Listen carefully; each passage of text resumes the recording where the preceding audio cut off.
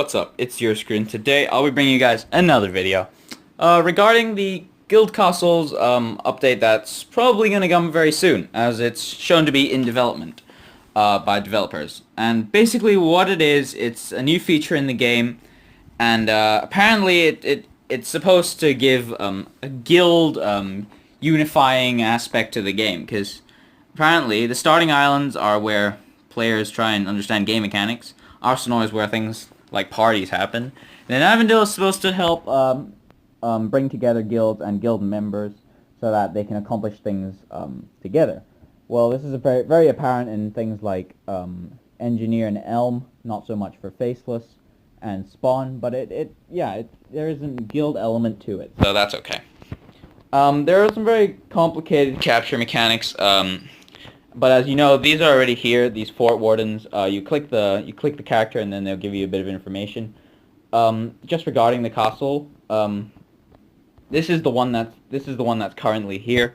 We haven't, this hasn't been expanded, but hopefully they'll expand it soon. Fort is not a castle, but only blah blah blah. So basically, what happens is you enter this bit here, and what happens is there's 25 locations with respawn points and the castle in the center, the courtyard, and the very inner part consisting of several rooms with multiple passages and a throne. The battles will be held according to the schedule, and there will be quite long periods of time between them. So what happens is, after a guild captures a castle, they'll get probably a month to 2 months of development period time, in which they can develop the castle and upgrade its features and stuff like that. And I'm assuming this will give back more profit, which is, of course, the main game. Like, why would anyone capture it if it didn't give back profit?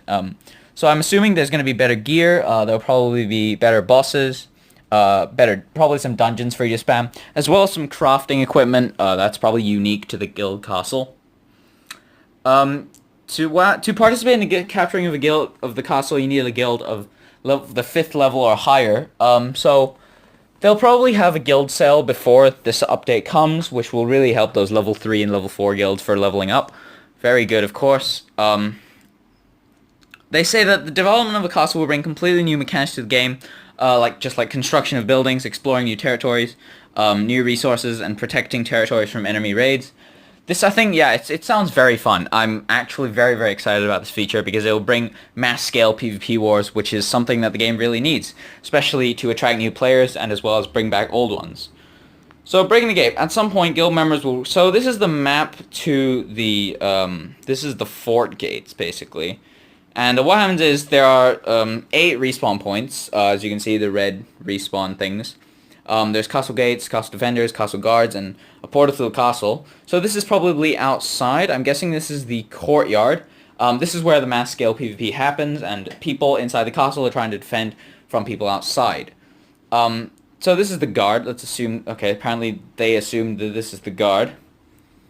So what happens is the guild needs to defend... the guild needs to defend against everyone else, basically. It's a free-for-all where an entire guild is one person. And basically you're just going to want to defend the castle for as long as possible. And I'm assuming at the end you should be able to capture the throne. And this is the throne room. So once you get inside the throne room, you have to defeat the guard, which the guard doesn't deal damage apparently. It's quite generous when costing negative effects. So basically you're going to get a party which will be able to go inside and to attack the guard, and once you kill the guard, I assume you get the castle. It's pretty cool, there's a limited time period, so this won't take it won't take like 3 hours, I hope. I really do hope. And if the defending guild wins by protecting their castle for long enough, and of course the attacking guild wins by attacking, right? Yeah. After the castle is captured, it's time to start developing it. So, this is the end of the first post, and my thoughts are that basically, it sounds very fun. It's mass-scale PvP, where it's guilds versus guilds versus guilds, assume like just Magna Carta versus Karma. Like, that in itself is going to be epic as hell. And yeah, it's going to really bring a new aspect to the game. But let's get into the second part. Part 2 of the update guide and part 2 of the news and announcements regarding the guild castles. And if you've made it this far into the video, give it a like, comment down below, and subscribe as well. Really help on my channel. And yeah. So what we have here, basically, it's an extension on the guild castle post, and they've also added some elements and mechanics that weren't mentioned in the first post, like architects. So what happened is this is basically crafting and building the building of buildings, which, yeah, pretty bullshit, but okay. Basically, this is just an example, but it just shows, like, there'll be different levels of buildings, so it'll take time, probably gold, guild points, and, I don't know, unity signs, or some new little point thing that will come in the future. But it all just, oh crap, it just all sounds very cool, and, yeah. So, level 1, blah, blah, blah. Okay, Bastion level 1 is the only building that is automatically constructed right after you capture the castle. So, all the other buildings you have to build, you have to make yourself. And, of course, they'll probably give, like, you know, there's probably requirements for each of them. Each and every building profits the guild in some way, so new building plans, new items, potions and elixirs, as well as selling items, which I don't really get now, but I hopefully will get in the future. What? Summon Hall allows some... Wow, that's cool. So imagine farming a boss. You can summon a boss to farm and to kill, and it probably drops some cool stuff. The higher the level of the building is, the more effective it is.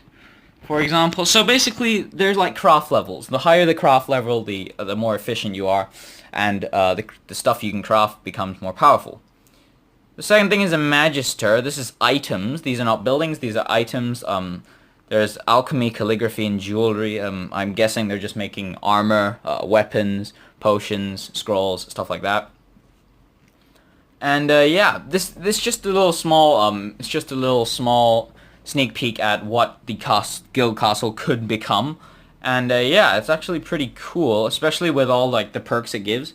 But one of the things I'm really concerned about is the fact that only the powerful guilds will get these, which means that it's going to be very difficult for smaller guilds to progress, as well as new players to like increase their pet wealth and just power in general. And but yeah, I hope devs make the right choice and kind of distribute it quite evenly so that everyone gets a little update. Because if it goes like this, I don't think anyone else is going to get an update except for the +10 players. But yeah. So that's the entire video. Before you leave, I'd like to thank you guys all for 400 subscribers. It's been a while. But yeah, thanks. We got 400. Let's get 500. Peace.